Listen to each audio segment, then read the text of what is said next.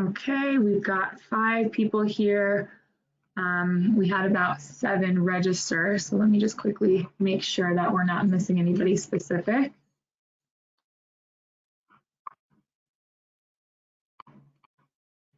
Oh, we have 8 people.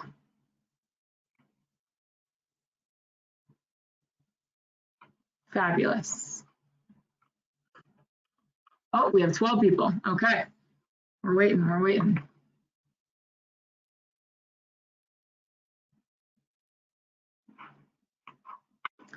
So before we start, hold on, let's just close this out. Before we start, you guys all have the ability to speak into the microphone.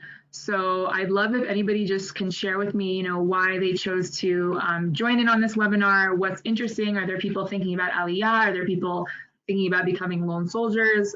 Or it's just a topic that interested them. So you can just click on your little red microphone on the right, and it should turn green to be able to speak. So if anybody wants to share to start this off, that would be awesome. If not, I'll get into a little bit about me.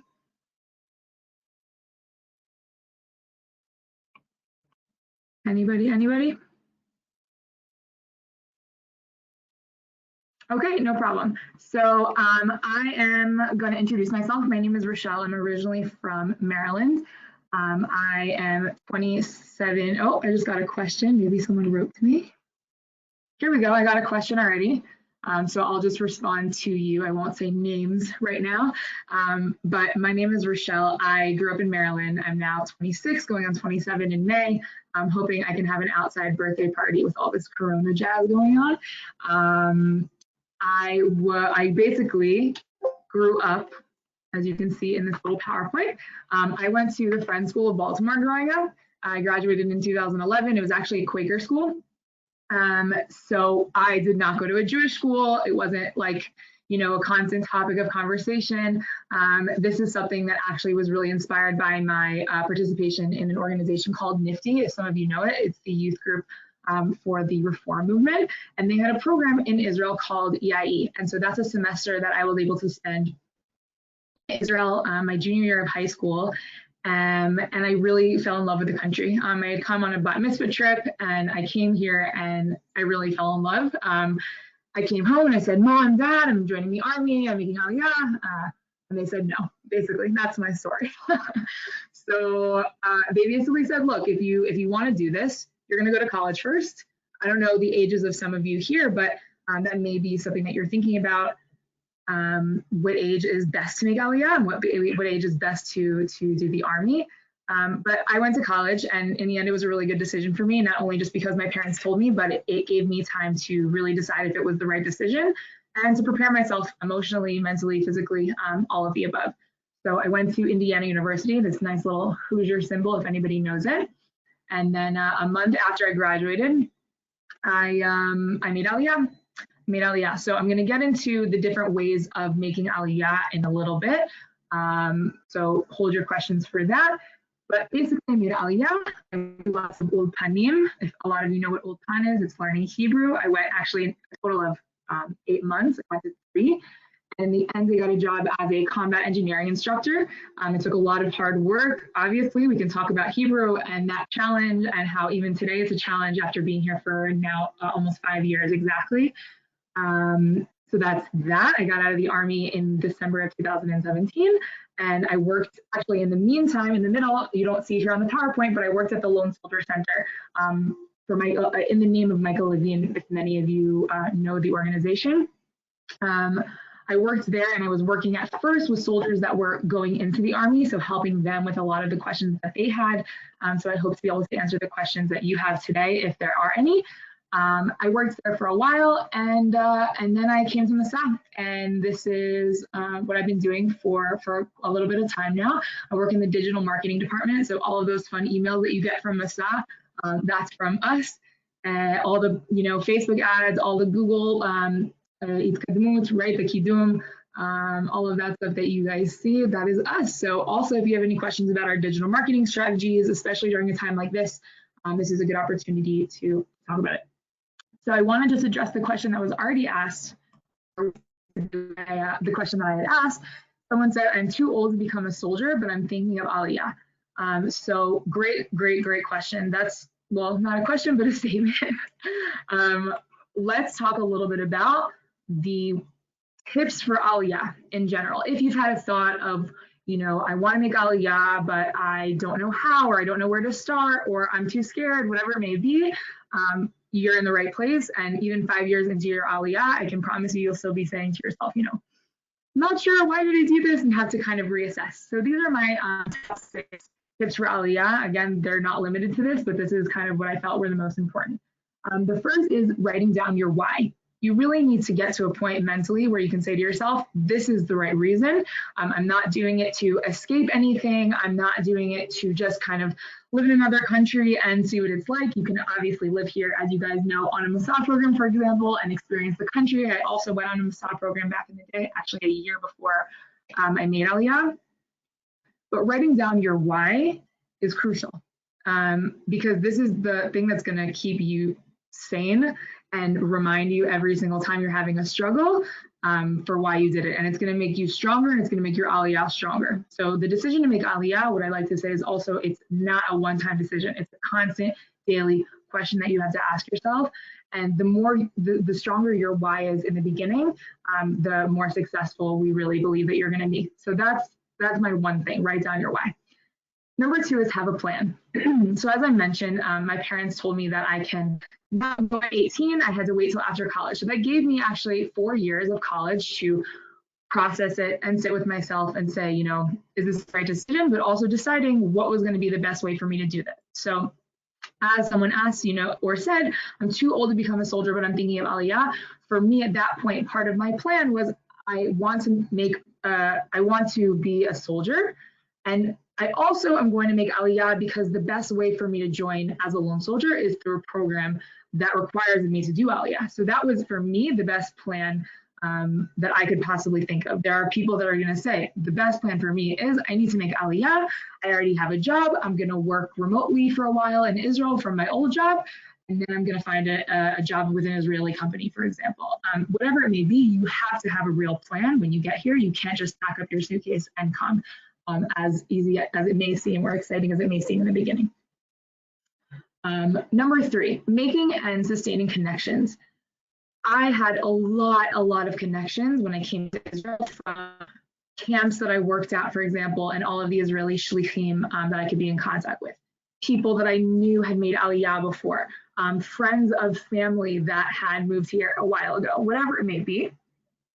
Making and sustaining these connections is what makes you feel like you're not so alone when you get here. So it's also part of having a plan, whether or not you're going to live on a kibbutz with a group of people, whether you're going to already move into an apartment with people that you found on a Facebook group like Secret Tel Aviv or Secret Jerusalem, whatever it may be. You need to know that when you get here, you're going to have connections. You're going to have people to go out to a bar with when you first get here and all of that good stuff. Number 4 is ask for help. Ask for help. So this is asking for help beforehand. This is asking for help as it's going on. And then, well, I'm not really at the end of anything because Aliyah is a process. So it's really being able to then set new goals and ask new types of questions. So that's my number 5, is setting these new goals. So, the questions that I was asking in my first month of Aliyah are not the same questions that I'm asking today. But I know now what my resources are and where to turn. And when I don't get the right answer, who else I can turn to. And also now having Hebrew that's stronger, I'm able to ask better questions, which is really important. And number 6 that I wrote was repeat. So you're going to start again and you're going to say, why am I doing this? You're going to have a new plan. You're going to make and sustain these connections, ask for help, and set new goals. And it's constant. So whether or not you say to yourself, okay, my original why was for myself was joining the army. Okay. And then after the army ended, then I had to say to myself, what's my new why? My new why is, well, I dedicated myself to the country and now I want to give back. So me choosing to work at the Lone Soldier Center, for example, or working at Masa still has a purpose for working with the Jewish people, working with Israel, working with that type of industry, I would say now as a professional. And that's my new why, right? I also met my husband here while we were in the army, creating a family with him here. Those are my new whys. And we're able to reframe all of our questions, reframe our plan, and be able to be flexible that way. So at this point, does anybody have any questions about Aliyah, tips, something that I said that wasn't clear? Anybody want to just unmute themselves on the right, or you can write in the questions box. I'll just give you like 2 seconds. Oh, okay, great. Thank you, Sean. 1 sec. So Sean, it says that you are unmuted. Now you can talk. Hi, Rochelle. How are you? Hi, Sean. Good morning. So I have a question not about Aliyah, but about the military. I don't know if you're answering those yet too, or just the Aliyah questions. If you want to start, you can definitely start us up. We'll get into the Army afterwards, but go for it. So I'm thinking about maybe making Aliyah and doing the combat soldier IDF. I'm 24 and I came in Israel the start of Masa, August 22nd. When is like, can you speak, when you speak about it, like the draft date and the pay for soldiers too? Definitely, definitely. In the So let me just write that down on the side. Let me write that on the side, and Sean, I'll get back to you, okay? Okay, thank you. Cool, thank you. And also, Sean, just tell me, unmute yourself again. Do you have any sort of degree? Do you have any sort of technical training, stuff like that? That's also an important question to ask. I have a business and organizational degree. Okay. Yeah. Cool, yeah. All right, I will tell you all of that when I get to it. I also have Okay. another question here. How bad, I'm not gonna, again, I won't say whose this is. Someone asked, how bad of a reason to make Aliyah is that there's significance to go back to in the US and Aliyah has a clearer path? That's a really important question. I think a lot of people struggle with that question. Again, like I said, there's many different reasons for making Aliyah, and each person needs to assess them for themselves and really answer that question for themselves. I think that if you see for yourself a life in Israel and you have a plan, like I said, and you're following these tips, and you're also really saying, oh, we're getting lots of questions. That's exciting. If you're able to say to yourself, I know that my life looks clearer here, I think that that's an okay reason to make Aliyah. Okay, I don't mean that it's a really strong reason to make Aliyah. I would say that it's a start. I would say if you see a life here and that you're excited about it and you know what you would go do, you would go get a degree in biomedical engineering in Hebrew or in English at IBC in Herzliya, and you see that this is giving you a lot more opportunity than you would in your well, like here it says in the US. I don't think it's a bad idea. I think it's something that you need to take with a grain of salt though, because making Aliyah does not change problems. As they say, you know, problems come with you wherever you go. And you need to be aware of that. You know, if the issue of, you know, not feeling like you're succeeding professionally, for example, in the US is due to something specific that you think will then follow you here in your work, then that's something that I think you really need to address head on.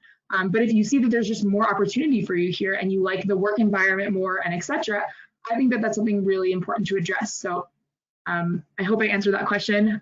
It's a difficult question. Like I said, it's important, but I would say take it with a grain of salt if you feel like it's a clearer path here. I'm going to answer that one. Someone can't talk with a lot of crazy kids around them, no problem. Talking about my experience learning Hebrew, how long did it take me to become fluent? And can you become fluent in Hebrew? Also a question. Someone wants me to talk about more as a soldier, which I will definitely get to. And are the processes of Aliyah still going on with the Corona issue? Okay, great questions. I'm going to get back to the Hebrew in a second when I start talking about being a soldier, because that's where it really came into play. Are the processes of Aliyah still going on with the Corona issue? I am 99.5% sure, absolutely. I think just with flights, that's the only thing that will make it difficult. But I just saw on the Jewish Agency's website, it says, you know, even with, I can even probably pull it, let's see.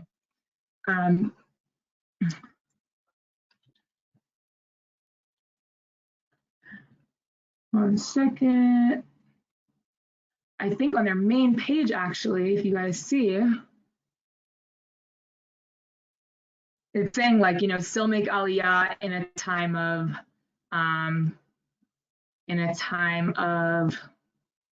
year or something like that. I remember seeing it, so I can't be 100%, but Aliyah is definitely still going on here. Making Aliyah during uncertain times. Told you. Not sure. That was the bad word. Anyway, so yes, it's still going on. And I'm going to go on to talking about the Army a little bit, and then I'll get back to your other questions, okay? So, and again, these are two big websites and resources that I really recommend looking at. These are like the big kahunas in anything related to Aliyah, Nefesh B'Nefesh, and the Jewish Agency. So Masa, obviously, we are a organ of the Jewish Agency, so I recommend looking with them. They are basically the umbrella for a lot of different programs that support Aliyah and becoming lone soldiers, or either or, right, not both. And Nefesh B'Nefesh is specifically for, you know, Aliyah. Jewish Agency has a lot of things underneath it, also shlichim that go to different camps, et cetera, and educational programming. And Nefesh B'Nefesh is solely for Aliyah issues and questions. So 5 years down the line, I'm still looking at their website for questions that I have. So they're really organized and they are really helpful. So now I'm going to talk about the Army before you guys see the slides. Getting back to Hebrew, okay? There's a couple of ways to become a lone soldier. There's 3 ways, actually. There's 3 types of lone soldiers, and that's why there's 3 ways. There's one that comes from abroad and does not make Aliyah, and they become a volunteer, okay? And they have a program called Machal. They're able to join the Army through Machal. They usually do a shorter amount of time in their service, and that is one type of lone soldier, okay? Someone from outside of the country who is a volunteer. Number 2 is someone like me who is from outside of the country, but makes Aliyah in order to become a lone soldier with a specific program called Garin Zabar, or also can make Aliyah by themselves, especially for your question earlier, Sean, that you're older.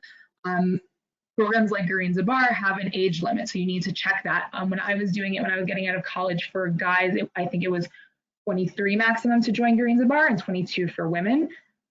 So it doesn't mean that you're not able to join. You can make Aliyah and join the Army basically on your own using the help of the Jewish Agency and Nefesh B'Nefesh, like I mentioned. I just stuttered there. And third type of lone soldier is actually an Israeli. This is something that maybe you already know, but is an Israeli that has either left his family because of different bad background stuff or abuse or drugs or whatever it may be. Or they are like in Haredi families, for example, like ultra-Orthodox families that many of the ultra-Orthodox, as many of you I think may know, they do not join the Army. And there are a lot of young soldiers that are coming from those families that they want to enlist. So they end up leaving their families, they get ostracized from their families and their communities, and they become lone soldiers. So that's important. Okay, great. So I made Aliyah with Garin Zabar. I'm seeing your questions. I promise. I'm going to get to them. I just want to make sure that we're staying kind of like on a path, and hopefully I'll be able to answer them a la derech, on the way, as we go. So I made Aliyah with Garin Zabar. That means that I met with a group of kids my age from around the country. I joined the religious group, actually. That means that like this is a group that we were going to keep Shabbat together and be on a religious kibbutz together. Garin Zabar basically requires that all of the soldiers that join with Garin Zabar live on a kibbutz. They believe that it will give them a host family, etc., etc. And a lot of the things that you have to worry about as a lone soldier, you don't have to think about when you're in a program like that. So Garin Zabar, before we made Aliyah, we were able to meet up in New Jersey, actually. We met up 4 times before we made Aliyah. We did lots of check-ins and activities, and they tested us psychologically and Hebrew, everything, to make sure that we were making a good decision, the right decision for us, which is, goes back to my why. It's really important for Garin Zabar, at least, to make sure that the people that they are vetting through and helping to get into the Army have their heads on straight and are doing it for the right reason. So I joined a religious Garin, but there are Garins that are based on just where you're from. So there's a whole Chicago Garin, New York Garin, Florida, whatever.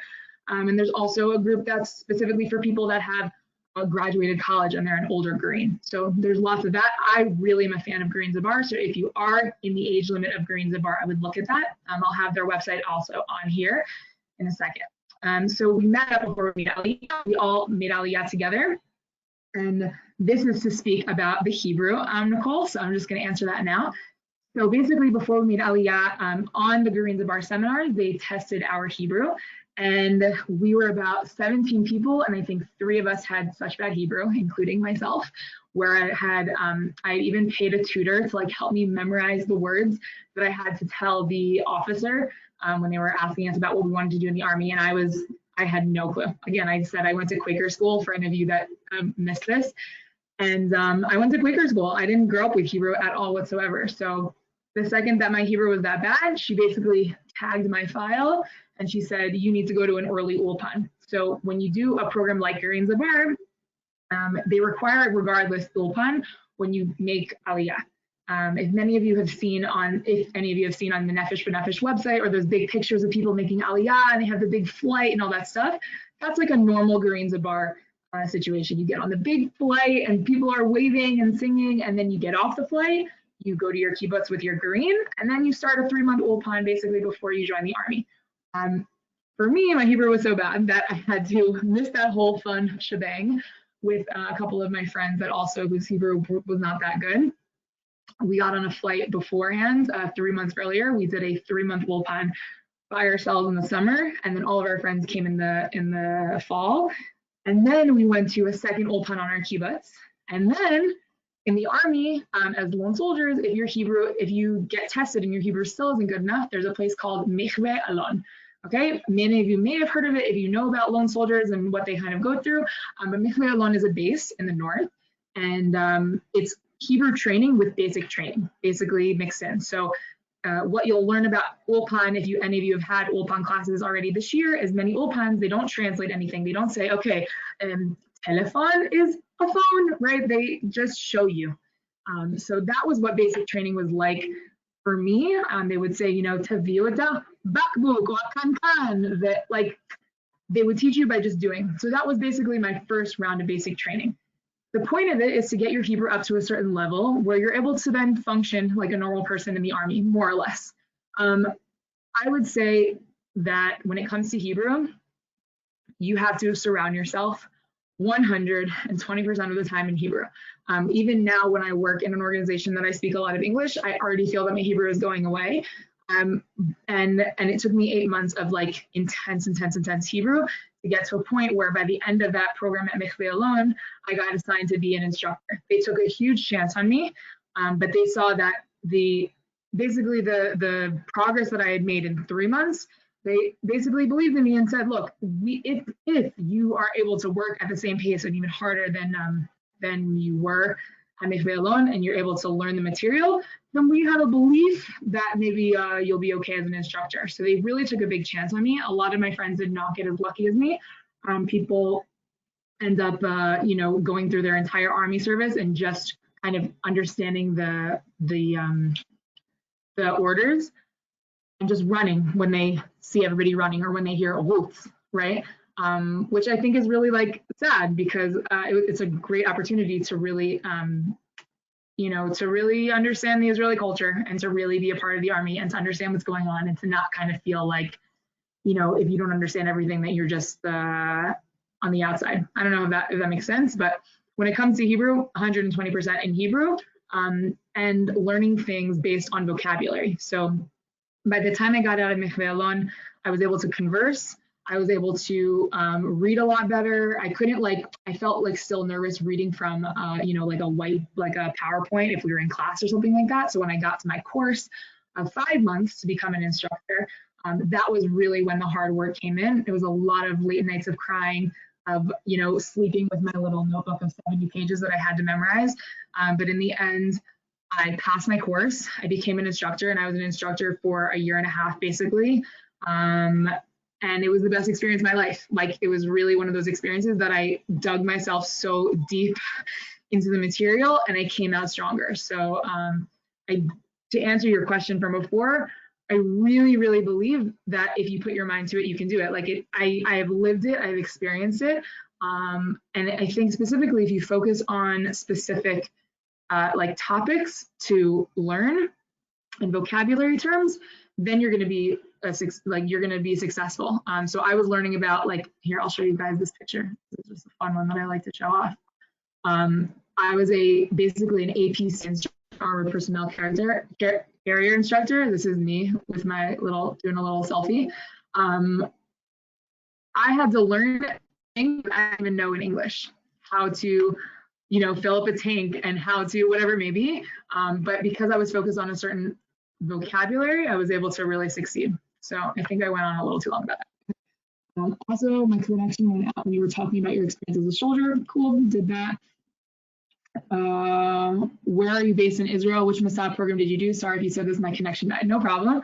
I did, I think it was Career Israel, if I'm not mistaken. And I did an internship in Tel Aviv. Summer before I made Aliyah, I was doing like a PR internship at Headline Media, which was a really fun experience. And I live now in Jerusalem with my husband. So yes. Other questions? Wow. Also questions about SAD and exemptions. I'm not sure I'm going to be able to join at 30 years. I'm not sure if this is relevant to the writer group. Do you know if the process is regarding joiner at a later age? I'm looking for contacts at the moment and making Aliyah this year. Wow, awesome, Mazal Tov. Look, I'll tell you this from my experience working with the Lone Soldier group. The age 30 is a tough one. I have lots of guys that were 26 and above. But that's the hardest time. That's the hardest time that the Army basically looks at you and they're like, what can you give me?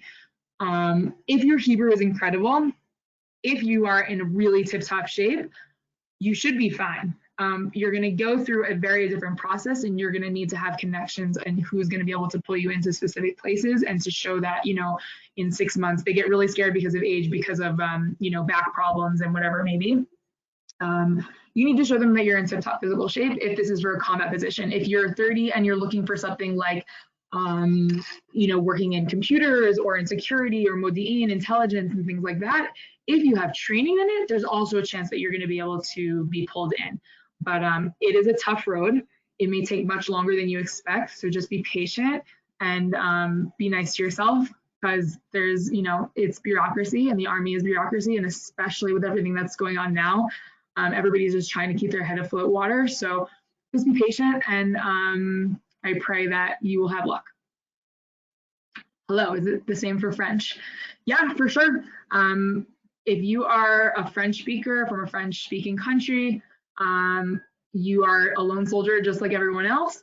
The program that you will do is probably depending on if you want to make Aliyah or not. Like I said, it will be Machal if you don't make Aliyah and you're at a certain age. I think the maximum for Machal is 21.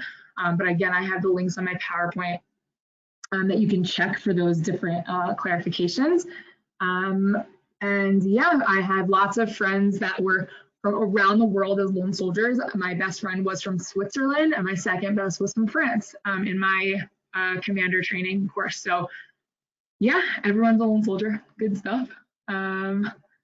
Okay, I'm an Israeli citizen, got it. So there's no way to join the Army in any way if you're over 22, 23. No, so that's not the case.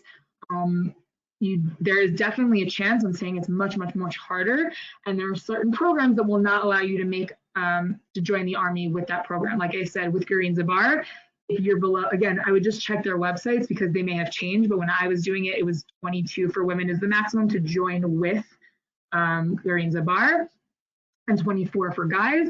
Machal also, you become a volunteer, so there is an age limit. But there's also, like I said, a different type of Aliyah.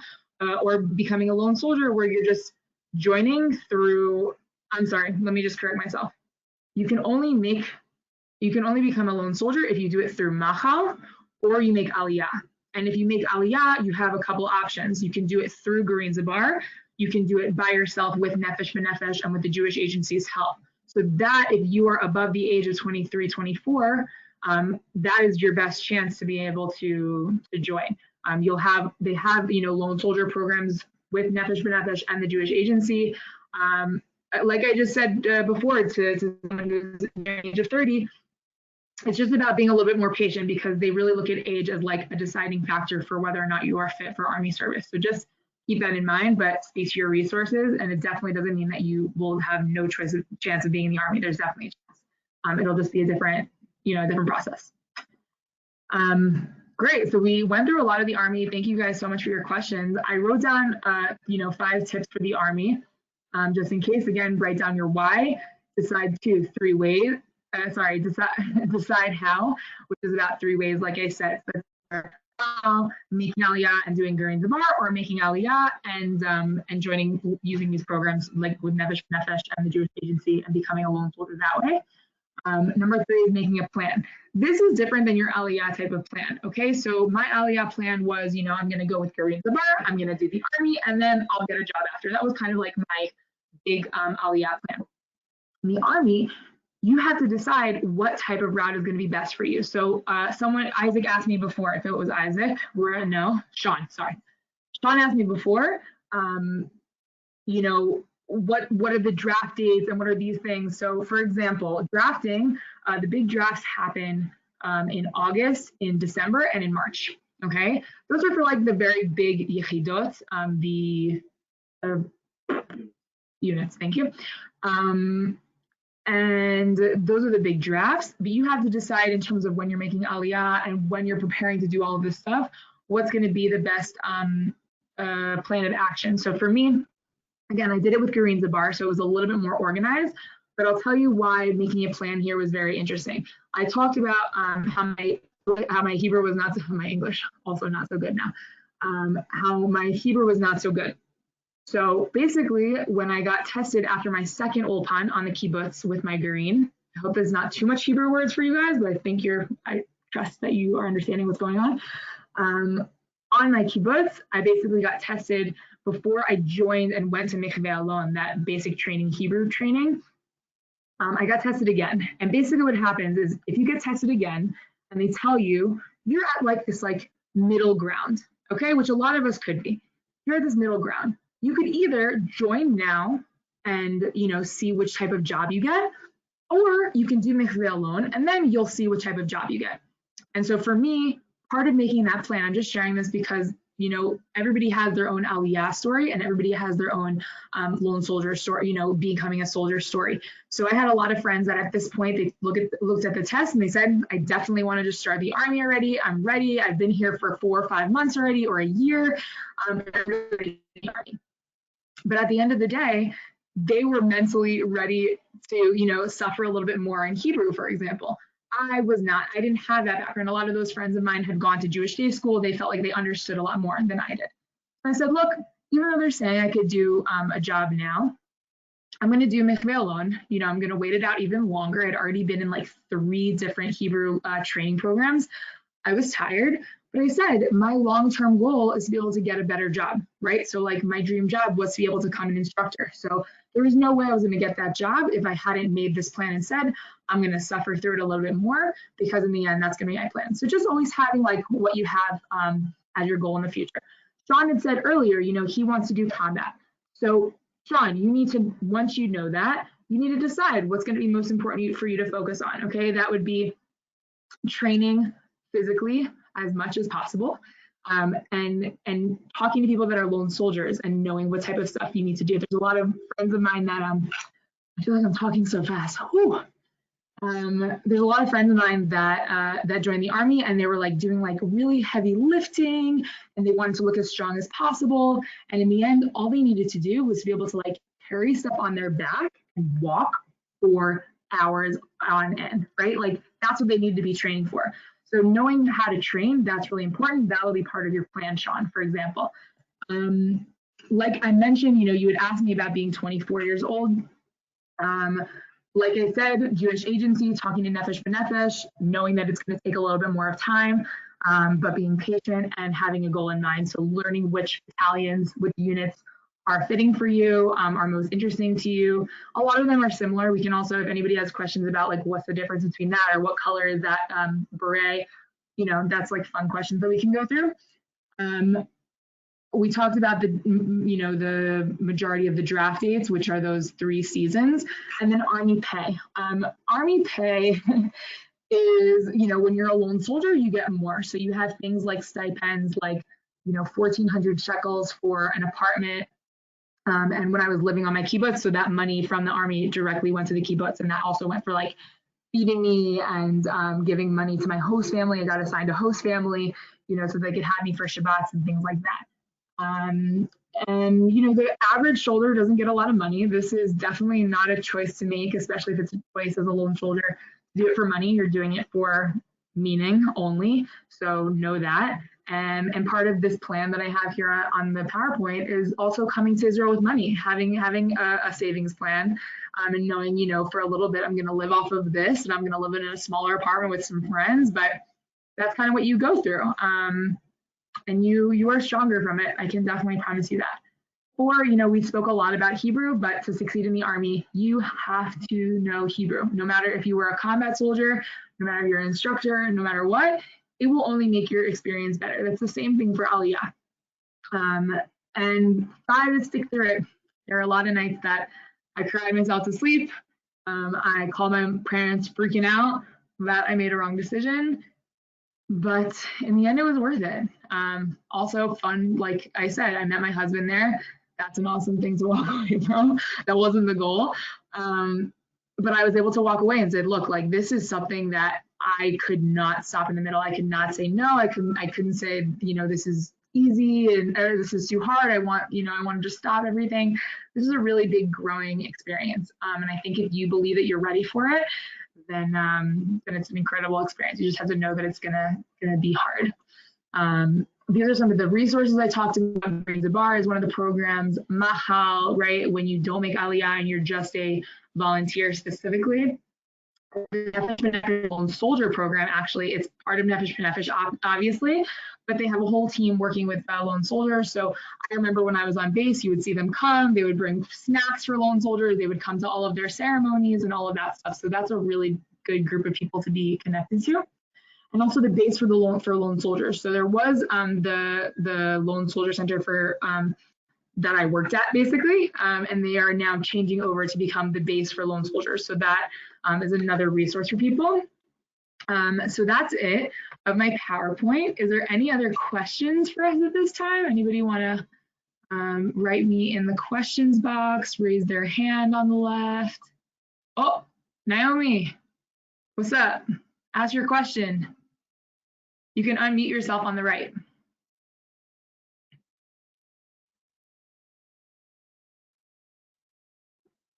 Oh. Hi. Shalom. Hello, thank you for everything. Is it the same organization for French people or there is something else? No, so it's definitely, I think Nefesh B'Nefesh is the only program that is specifically for North America and South Africa, if I'm not mistaken. Like it's all Anglo countries, but the Jewish Agency is your place to go. Also, all of these programs, Machal, the base, all of that stuff. And also Green Zabar has programs that they have people from all over, England, Australia, France, Europe, wherever it may be. Yeah, so there are options, of course. Like I said, one of my best friends is from France, and she was a lone soldier with me as well. Thank you very much. You're welcome. Any other questions? Sean. Okay. So roughly around 1,400 shekels for a lone soldier. Also, the benefits are like free travel, food, and housing. Just want to get an estimate of what the monthly stipend and what it enables. Good question. So like I said, 1,400 shekels, that's just going to like living in an apartment and things like that. And then you also get a salary, if I'm not mistaken, it was like 1,700 shekels, which is like double what the average soldier gets. All soldiers, when they're on uniform, get free travel. That's important, but that's free travel within the country. That's not like flights back home, things like that. Food, you will get, if I'm not mistaken, it was 120 shekels a month to like Super Sol. But remember, especially if you're like on base a lot during, I was on base for 2 weeks at a time. A lot of the times you come home for a Shabbat, you buy a couple of groceries, you go to people's house for Shabbat, and you're good. So I do recommend programs like Green Zabar, or even just moving onto a kibbutz with other groups of lone soldiers, because that gives you the structure of having people to go home to, and you don't have to think about cooking Shabbat for yourself. You can throw your laundry in the kibbutz laundry, and it's done for you by Motzei Shabbat. So there's a lot of pros of being somewhere where you have some sort of a system and people looking out for you. So you asked about travel, food, and housing. I'm trying to think of anything else that you get. You know, there's other things that you know, for me, I had a washing machine that like was disgustingly full of like ovesh, of mold, and it had come with our apartment, and I was like, oh, I don't have money for this, and basically I had to just show proof to my officer that this was like really unlivable, and they actually brought in, to this day I have the same washing machine, a brand new washing machine for us. So there's all of these types of perks for lone soldiers that that really make serving a lot easier. This is not an easy thing. And also, you know, when I was working at the Lone Soldier Center, I would get so many questions, you know, about like, well, my officer like didn't give me this and he didn't give me that, and like finding the balance of knowing what really you deserve and what is a little bit over. And when you need help and when you're kind of going into this, there's a lot of lone soldiers that go into this place of, you know, like Magiali, right? Like I deserve everything. And it's not true. Like you made a decision. The country definitely wants to help you as much as possible, that's for sure, but you need to be as smart as possible about it. You don't deserve anything. So that's really important for me, that I always would tell my soldiers when they were joining, is to really be humble and to ask for help when you need it, and to tell, you know, your officers and your commanders that you're having trouble, or that you know don't have something at home, whatever it may be, or that it's just hard to come back to base on a Sunday because you didn't get like a hug from your mom over the weekend. So you know, being honest, knowing where you can ask for help, but also to be humble and to say, you know, like this country has so many soldiers to care about, like I'm not the only one. And I think that's an important point. Is there anybody else that wants to ask anything? Those are really, really good questions, guys. I'll leave it like for like another minute just in case someone's thinking or something like that.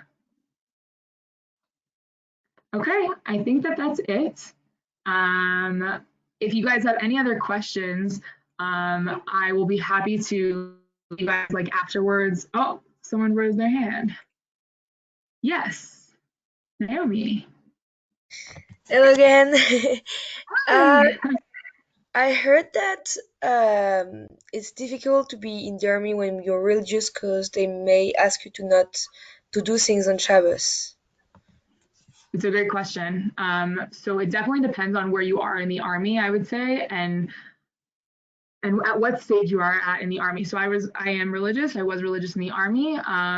For example, when you're in basic training, so you get it's difficult, but there's basically an opportunity to go to daven in the morning, to pray in the morning, and you have a certain amount of time. You go and then you come back. You also have an option, you know, as a woman, to ask for a skirt. I had a skirt to wear when I was on base for Shabbat, for example, and then I wore pants for the rest of the week. That's just like my own thing, but everybody can kind of do what they want. You can ask for a skirt. Base in general is like, it's completely like all of the food. There is Beit Knesset, there's all of that. In terms of doing things on Shabbat specifically, it really depends on the type of job. The majority of things, for example, I was an instructor. We never had courses on Shabbat. I never had to teach on Shabbat. I never went out into the field. We didn't drive our tanks on Shabbat, nothing like that. It's really when it comes to like people that are in intelligence, if they are getting on phones or on computers or in combat, that they're in cars and on walkie-talkies and things like that. But overall in the army, it's pikuach nefesh. No matter what you're doing in the army, again, it depends on where you are and what your own hashkafa is. But to be able to say, you know, I don't think this should be happening on Shabbat, you can also always bring up to your commanders. But the majority of time, it is pikuach nefesh. And yeah, but there are plenty of religious soldiers. I would say just in general, it is a more difficult place to be as a religious person, just because of the vibe that's there and whatever it may be. But if you're strong in your beliefs and it's important to you and you feel like it keeps you, then you'll keep it. That I can definitely promise you. Any other questions? Thank you for, oh, Naomi? Thank you. Yeah. Also, my father is scared because I'm a woman, and he says that women in the army is not really easy, and there's like, is there any differences So differences in what way, just so I can make sure I answer your in the question way correctly? that for men in the army or for women in the army? Yeah. So in general, there are a lot of differences, a lot of differences. You know, I can tell you that my soldiers used to laugh at us sometimes because they were like, you guys are having so much fun. We were the instructors, so like our job was to keep everybody smiley and happy during our courses and things like that. And they would, you know, make fun of us that like our service was easier or whatever it may be, but we were just like them in the field doing what we had to do. You know, my friends that are in combat positions, I would say physically on women, it is more challenging. That's just known. That's why also in the army there are rules for how much a woman can actually carry, like a physical, like an actual amount. There are limits on that versus men that their number is higher just because that's physical. It's not anything against women or you know whatever it may be. Um, I think when it comes to this topic, you really have to decide what type of role is going to be best for you because it'll probably only really meet you when if you are a combat soldier as a woman.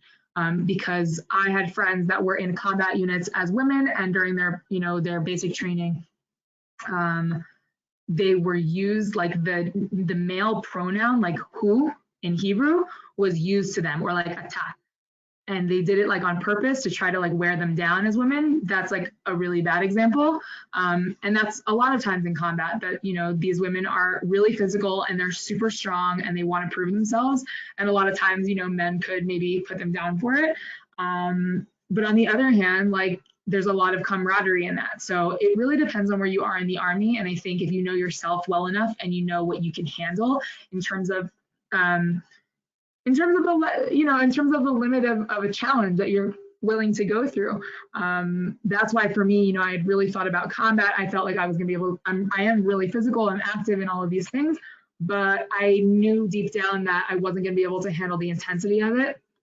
And I'm not like a her, like, I don't know, type of person. So for me, I also wanted to still be in the field and feel, you know, physically that I was doing a job that was really meaningful. So I was in my tank and I was doing all these things, but like in a little bit of a softer way. So I think it's really a personal decision to choose where you want to be in the army, and then the after effects are just dependent on that. So I think you have to know yourself, know what you can handle, and just be aware that there are going to be challenges. But I did not deal with any of those. The only ones were like as an instructor, you know, guys making jokes during your classes and things like that, that you have to decide when to put your foot down. So there were a lot of times that I was like, you know, leave the classroom. And you learn how to be strong. I hope that answered your question. So anyway, if there are no more questions here, I am going to send all of you this little PowerPoint that has, not for the PowerPoint, but all the resources. If you guys need more or have any more questions, feel free to email me at my personal email. I'll put it in the PowerPoint afterwards. And that's all we have for today. So thank you guys so much for sharing. Keep your spirits high. I know this is a crazy time, but we're all